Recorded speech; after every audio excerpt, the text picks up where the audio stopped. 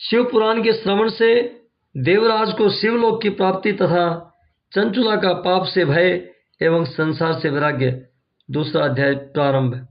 श्री शौनक जी ने कहा, महाभाग सूत जी, आप धन्य हैं, परमार्थ तत्व के ज्ञाता हैं। आपने कृपा करके हम लोगों को यह बड़ी अद्भुत एवं दिव्य कथा सुनाई है।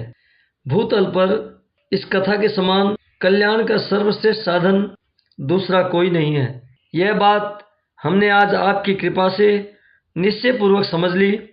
सूत जी, कलयुग में इस कथा के द्वारा कौन कौन से पापी शुद्ध होते हैं, उन्हें कृपा पूर्वक बताइए और इस जगत को कृतार्थ कीजिए। सूत जी बोले, मुने, जो मनुष्य पापी, दुराचारी, खल तथा काम क्रोध आदि में निरंतर डूबे रहने वाले हैं, वे भी इस पुराण के श्रवण पठन से अवश्य ही शुद्ध हो जाते हैं। इसी विषय में जानकर मुनि इस प्राचीन इतिहास का उदाहरण दिया करते हैं, जिसके श्रवण मात्र से पापों का पूर्णतः नाश हो जाता है। पहले की बात है, कहीं किरातों के नगर में एक ब्राह्मण रहता था, जो ज्ञान में अत्यंत दुर्बल, दरिद्र, रस बेचने वाला तथा वैदिक धर्म से विमुख था। वह स्नान, संध्या आदि कर्मों से भ्रष्ट हो गया था और वैश्य वृत्ति में तत्पर रहता था। उसका नाम देवराज था। वह अपने ऊपर विश्वास करने वाले लोगों को ठगा करता था। उसने ब्राह्मणों, क्षत्रियों, वैश्यों और शूद्रों तथा दूसरों को भी अनेक बहानों से मारकर उनका धन हड़प लिया था, परंतु उस पापी का थोड़ा सा भी धन कभी धर्म के काम में नहीं लगा था। वह वैश्यागामी तथा सब प्रकार से आचार भ्रष्ट था। एक दिन घूमता घामता वह देव योग से प्रतिष्ठानपुर झूसी प्रयाग में जा पहुंचा। वहां उसने एक शिवालय देखा, जहां बहुत से साधु महात्मा एकत्र हुए थे। देवराज उस शिवालय में ठहर गया, किंतु वहां उस ब्राह्मण को ज्वर आ गया। उस ज्वर से उसको बड़ी पीड़ा होने लगी। वहां एक ब्राह्मण देवता शिव पुराण की कथा सुन रहे थे। ज्वर में पड़ा हुआ देवराज ब्राह्मण के मुखारबिंद से निकली हुई उस शिव कथा को निरंतर सुनता रहा। 1 महीने के पश्चात वह ज्वर से अत्यंत पीड़ित होकर चल बसा। यमराज के दूत आए और उसे पासों से बांधकर बलपूर्वक यमपुरी में ले गए। इतने में ही शिवलोक से भगवान शिव के पार्षदगण आ गए। उनके गौर अंग कर्पूर के समान उज्ज्वल थे, हाथ त्रिशूल से सुशोभित हो रहे थे। उनके संपूर्ण अंग भस्म से उद्भासित थे और रुद्राक्ष की मालाएं उनके शरीर की शोभा बढ़ा रही थी। वे सब के सब क्रोधपूर्वक यमपुरी में आ गए और यमराज के दूतों को मार पीट कर बारंबार धमकाकर उन्होंने देवराज को उनके चंगुल से छुड़ा लिया और अत्यंत अद्भुत विमान पर बिठाकर जब वे शिवदूत कैलाश जाने को उद्यत हुए, उस समय यमपुरी में बड़ा भारी कोलाहल मच गया। उस कोलाहल को सुनकर धर्मराज अपने भवन से बाहर आए। साक्षात दूसरे रुद्रों के समान प्रतीत होने वाले उन चारों दूतों को देखकर धर्मज्ञ धर्मराज ने उनका विधि पूर्वक पूजन किया और ज्ञान दृष्टि से देखकर सारा वृत्तांत जान लिया। उन्होंने भय के कारण भगवान शिव के उन महात्मा दूतों से कोई बात नहीं पूछी, उल्टे उन सब की पूजा करने लगे एवं प्रार्थना की। तत्पश्चात वे शिवदूत कैलाश को चले गए और वहां पहुंचकर उन्होंने उस ब्राह्मण को दया सागर सांब शिव के हाथों में दे दिया। जय हो। शौनक जी ने कहा, महाभाग सूत जी, आप सर्वज्ञ हैं। हे महामते, आपके कृपा प्रसाद से मैं बारंबार कृतार्थ हुआ।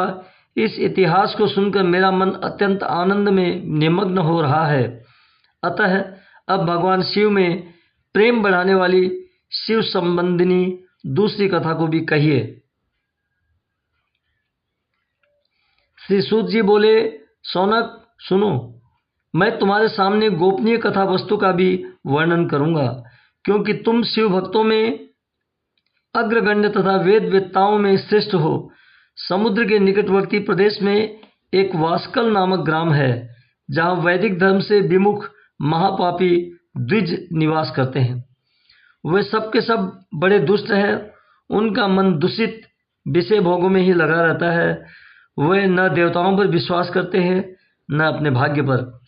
वे सभी कुटिल वृत्ति वाले हैं, किसानी करते और भांति भांति के घातक अस्त्र शस्त्र रखते हैं। वे व्यभिचारी और खल है। ज्ञान, वैराग्य तथा सद्धर्म का सेवन ही मनुष्य के लिए परम पुरुषार्थ है। इस बात को वे बिल्कुल नहीं जानते हैं। वे सभी पशु बुद्धि वाले हैं। जहाँ के द्विज ऐसे हों, वहाँ के अन्य वर्णों के विषय में क्या कहा जाए।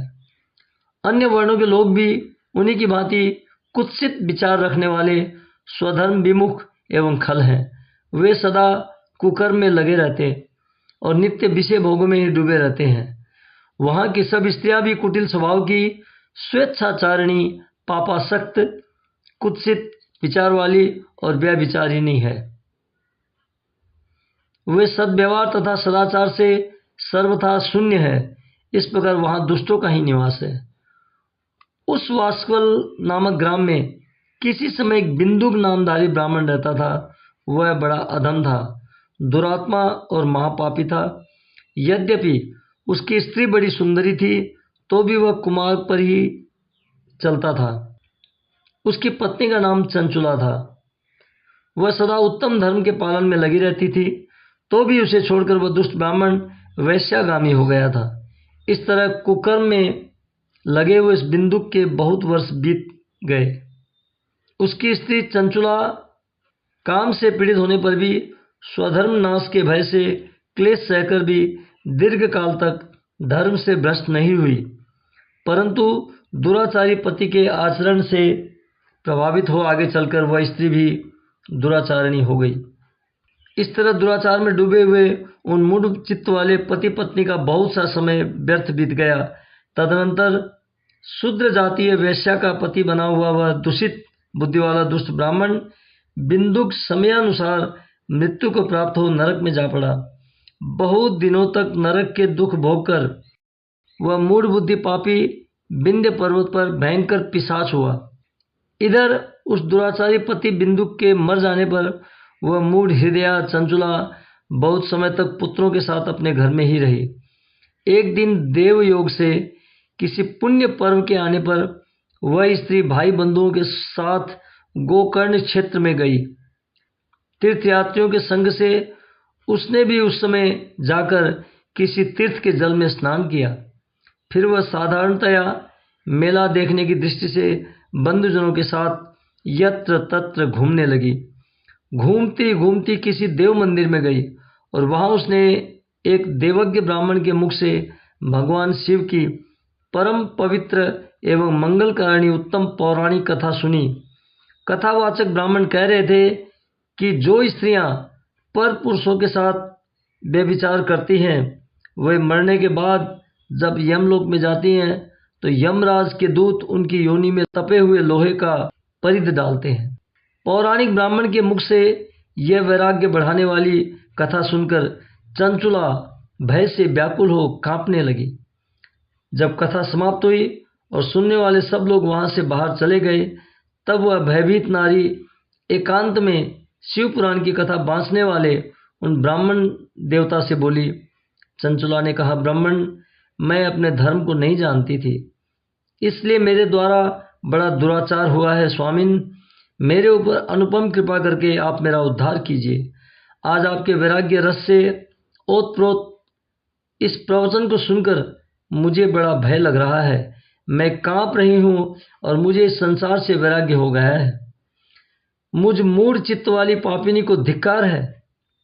मैं सर्वथा निंदा के योग्य हूँ, कुत्सित विषयों में फंसी हुई हूँ और अपने धर्म से विमुख हो गई हूँ। हाय, न जाने किस किस घोर कष्टदायक दुर्गति में मुझे पड़ना पड़ेगा और वहाँ कौन बुद्धिमान पुरुष कुमार्ग में मन लगाने वाली मुझ पापिनी का साथ देगा।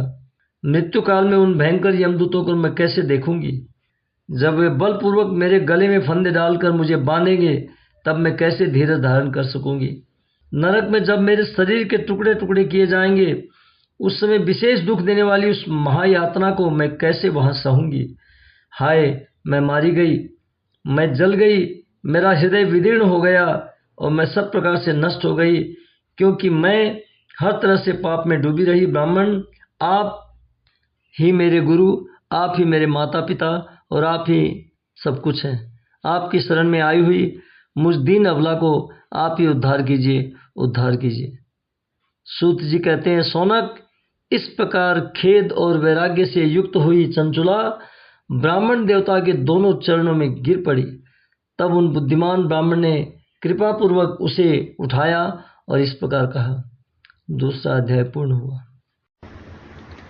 एक दिन वो भोले भंडारी बन कर के ब्रज नारी गोकुल में आ गए हैं, गोकुल में आ गए हैं।